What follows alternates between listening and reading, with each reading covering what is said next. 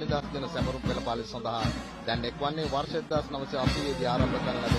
ලොහක්ක් නොමත ආදර්ශ පාඨය කරගත් කමාන්ඩෝ රෙජිමේන්තුවයි. දිට්වා සුළුකුණාටුවෙන් පීඩාවට පත් වූ ජනතාව මුදා ගැනීම සඳහා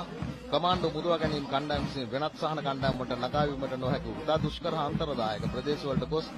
මුදවා ගැනීම මේ මුදා සාර්ථකව සිදු කළ අතර එහිදී රම්බොඩ ප්‍රදේශයේ පීඩාවට පත්ව සිටි විදේශ ජාතිකයන් 29 දෙනෙකු බේරා ගැනීමද එහිදී විශේෂයෙන් සිහිපත් කළ යුතුයි. 78 වෙනි ජාතික නිදහස් දින සැමරුම් පෙළපාලිය සඳහා දැන් එක්වන්නේ වර්ෂ 1985 දී ආරම්භ කරන ලද අධිෂ්ඨානෙන් අභීතව අරමුණ කරා ආදර්ශ පාඨය කරගත් ජනාධිපති රණපාර්ශ්වයෙන් හා රෙජිමේන්තු රණපාර්ශ්වයෙන් පිදුම් ලද විශේෂ බලකායයි. විශේෂ බලකා ඛණ්ඩයට අනදමින් ඉදිරියෙන් ගමන් කරන්නේ විජී සුරු ගුණසේකර අවසානයේ රෙජිමෙන්ට් සරන් මේජ බල්නදාර එක්ජන් එස්.ඩී. හේරත් ගමන් කරනවා. දිට්වා සුළුකුණාටුවෙන් පීඩාවට පත් වූ ජනතාව මුදා ගැනීම සඳහා විශේෂ බලකාටයත් සංක්‍රාමික කිමුදුම් බලගණය සංක්‍රාමික යතුරුපැදි බලගණය සහ නාගරික සටන් බලගණය විසින් තා සුවිශේෂ කාර්යභාරයක් ඉටු කළ අතර නායම් හේතුවෙන් සිදු වූ මාර්ගාවීර වීම නිසා කිසිවෙකුට ළඟා විය නොහැකි රස්බුක් වතිවාය ජනතාව වෙත ආහාර ද්‍රව්‍ය සහන සේවා සැලසීම සඳහා සංක්‍රාමික යතුරුපැදි බලගණය විසින් සිදු කළ මේක